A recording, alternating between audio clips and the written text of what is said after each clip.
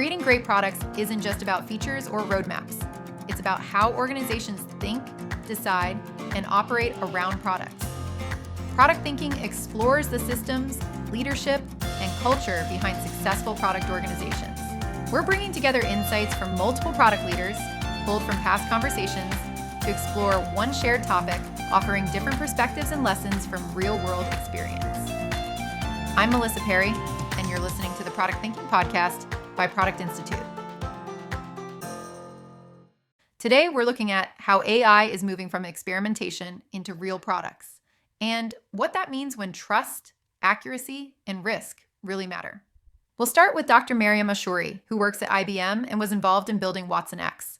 She breaks down what AI agents actually are, how they reason, plan, and take action, and why those capabilities introduce new challenges when systems start operating on their own.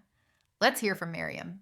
AI agent is an intelligent system with reasoning and planning capabilities that can automatically make decisions and take actions. So now, how can I use this? Because it has some sort of reasoning.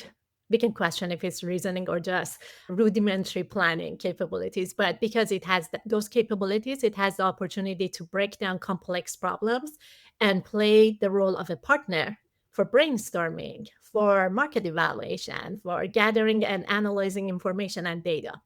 And then because it has some sort of action, taking actions, we call it in the AI word tool calling or action calling, I can automate some of the actions that is potentially possible to execute on for an agent. For example, we are having this conversation on the podcast. I can have an agent to automatically summarize everything that we are talking about, identify a list of actions depending on what we said. So use those reasoning and planning capabilities to identify the actions and connect them to some internal systems that automatically enables it to go and execute those action items and get them started. Let's go back to, you mentioned ChatGPT, the story of GenAI in 2023. There's a series of use cases that GenAI was applicable to at the time was around content generation, code generation, content grounded question and answering, summarization, classification, and information extraction. Mid 2024, we started seeing LLMs expanding to taking actions, the tool calling and function calling capabilities that we talked about. So suddenly businesses saw an opportunity, a window of opportunity to connect all those acceleration that we previously got from LLMs and bring them through action calling and function calling, bring them to every single of their businesses, even the legacy systems. You can think of automation that can come everywhere. You can think of acceleration that can come everywhere. So practically any use case that you can think of can potentially benefit from some of the use cases that are enabled by agents.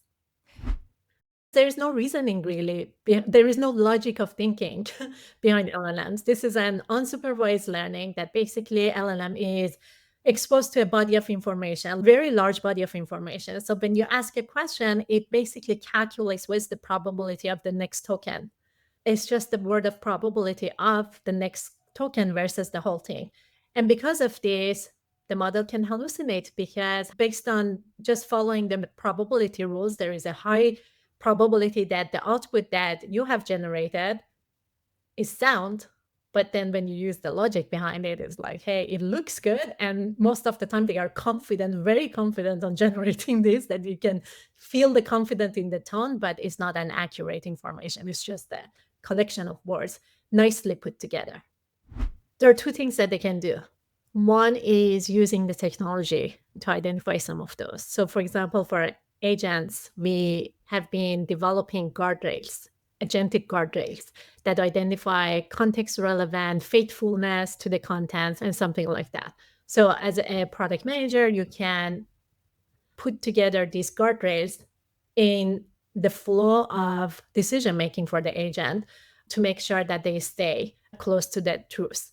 The second thing that they can do is when they design the workloads, they make sure that the human is in the loop when there is a sensitive information or when there is the need to very high accurate output. So, for example, if you're using AI to provide recommendations for where to eat, maybe the confidence can be low and nothing can happen unless we are talking about food allergies and stuff, which is the serious thing. So maybe a product owner is providing recommendation. You can make sure that if there is something in that query about food allergies, you want to make sure a human is in the loop, or you want to make sure that there is an extra checking to make sure that the output before it's communicated to the end user is double validated.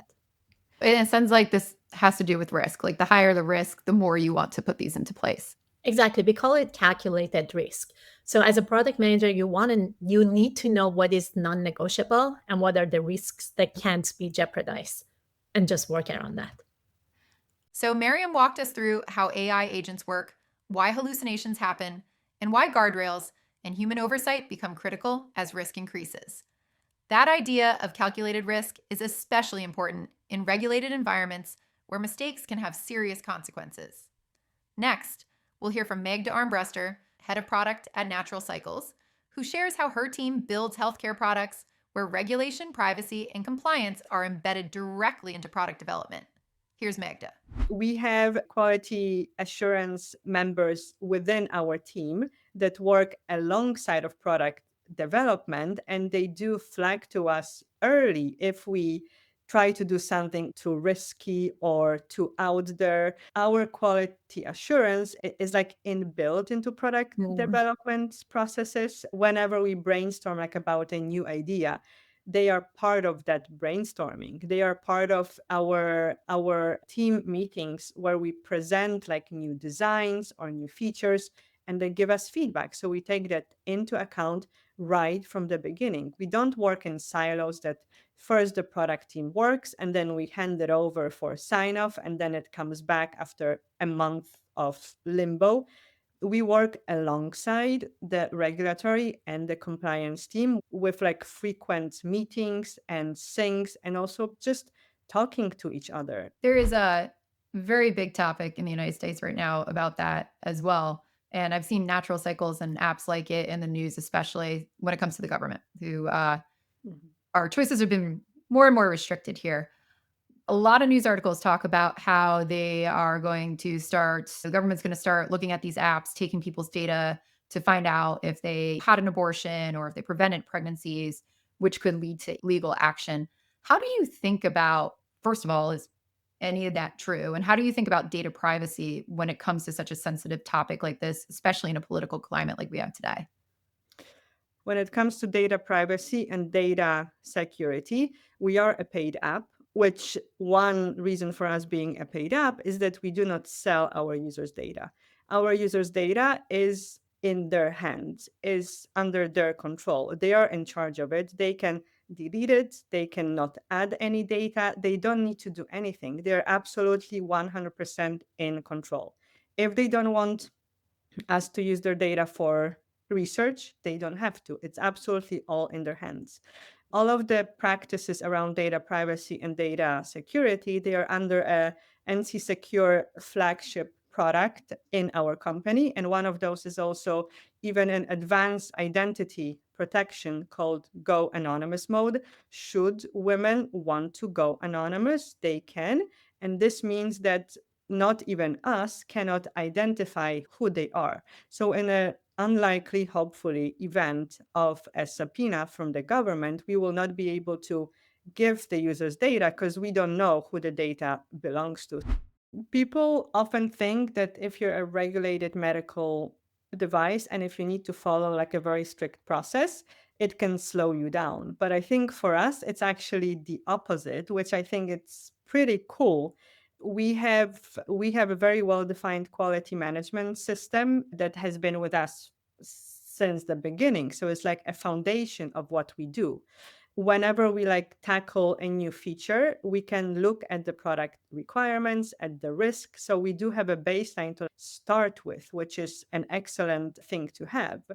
Also, when it comes to being a regulated medical device, we do need to document quite a bit, which also might seem like a hurdle. But if you have it incorporated in your process, it's actually very seamless. And it does help to document your decisions, user insights, feedback that we get, so that you can refer to it later on. And we do innovate actually quite a bit.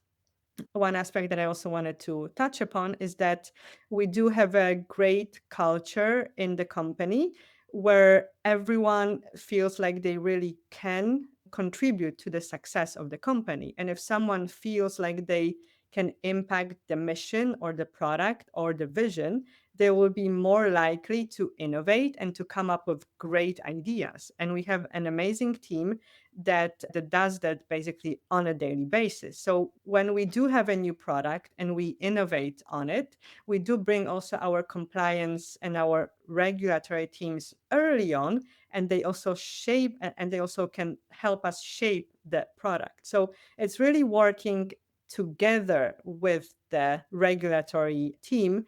It is not a blocker. It just provides us with a framework that enables the innovation.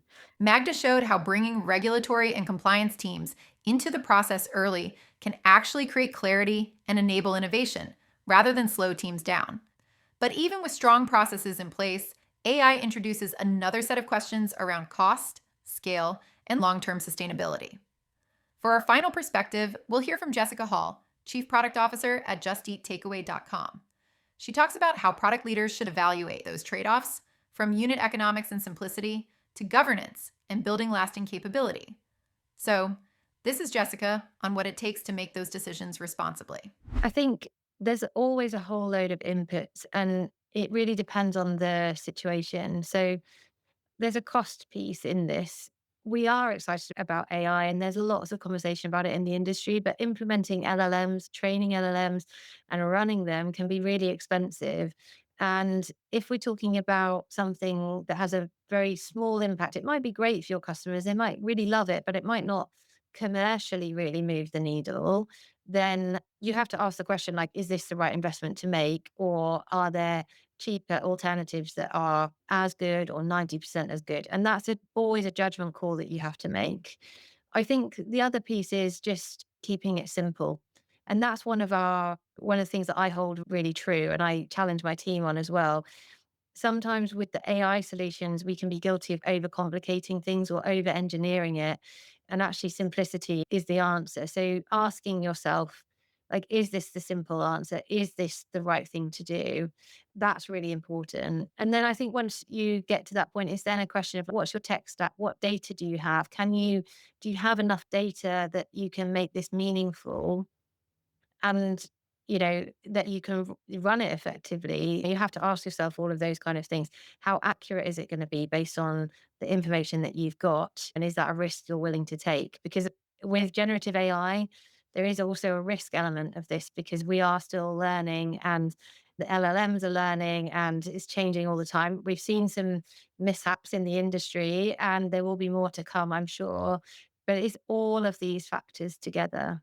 And I think I would go back to what I said also about hype, not getting dazzled by the exciting potential, but actually asking, like, what is the problem we're solving? And does this really solve that problem? I've been playing with LLMs on our side too for like our product institute training to see if we can make things more interactive. And what surprised me about it was some of the stuff that you just said too, that I don't think a lot of people are looking at. And one was the cost side of it, right? Does this scale? And I think a Yeah. lot of people are like, oh, LLMs, it's gonna reduce the cost. And you're like, for some, if you want to self-host, for example, an LLM on AWS, like that's expensive. Sure, Yeah. it could replace a couple thousand people if you have that, but if you don't and you're doing it for the wrong reasons, like that's expensive. And I don't think people are actually looking at it.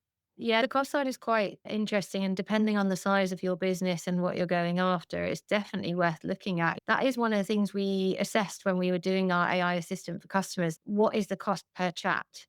And when you're thinking about conversion, customer acquisition, which I'm sure many people who are listening will be very familiar with that, then you have to think about what is the cost of a chat? What's it going to do for your first order, second order, and your conversion metrics?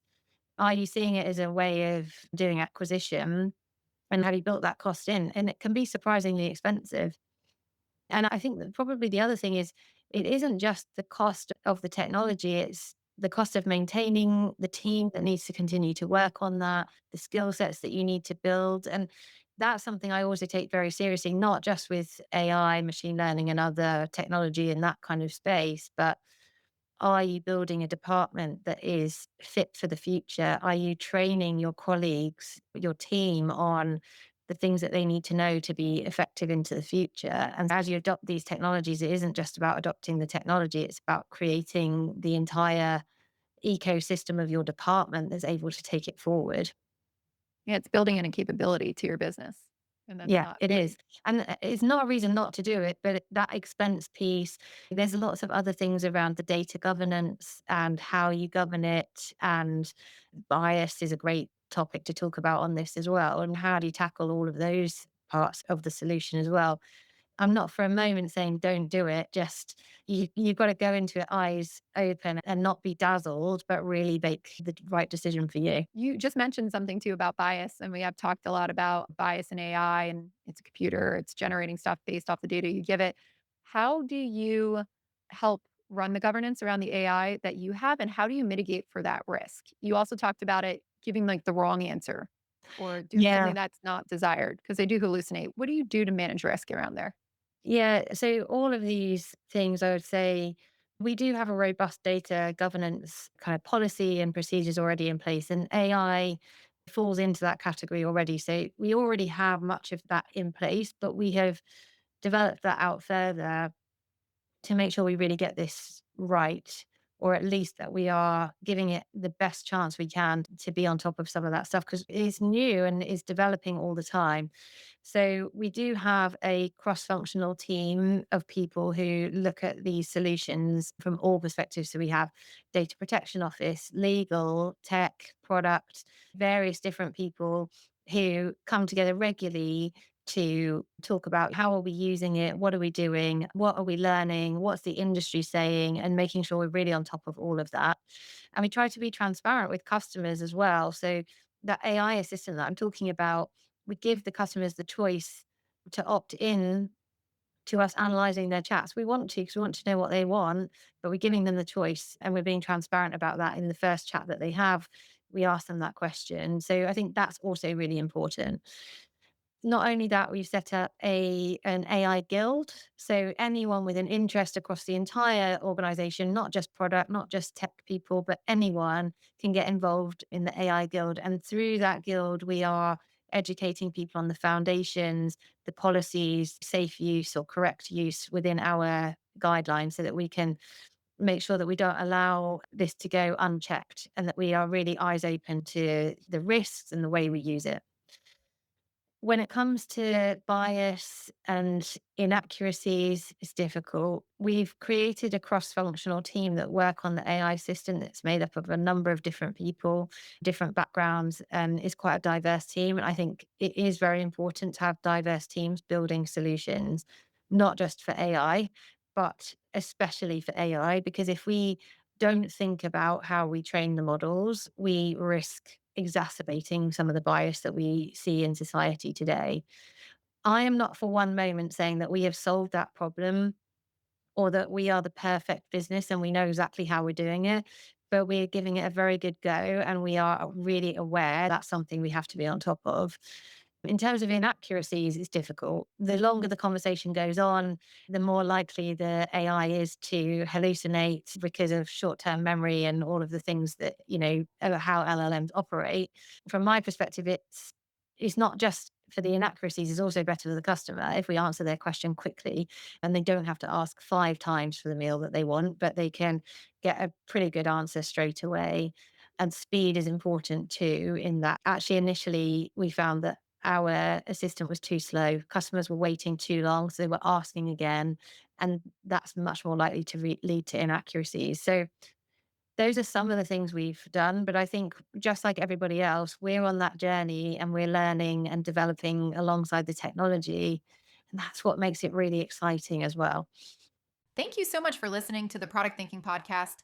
We'll be back with another episode soon, continuing to share practical insights on how product leaders think and work. If you want to hear the full conversations with Maryam, Magda, and Jessica, check out episodes 241, 251, and 199.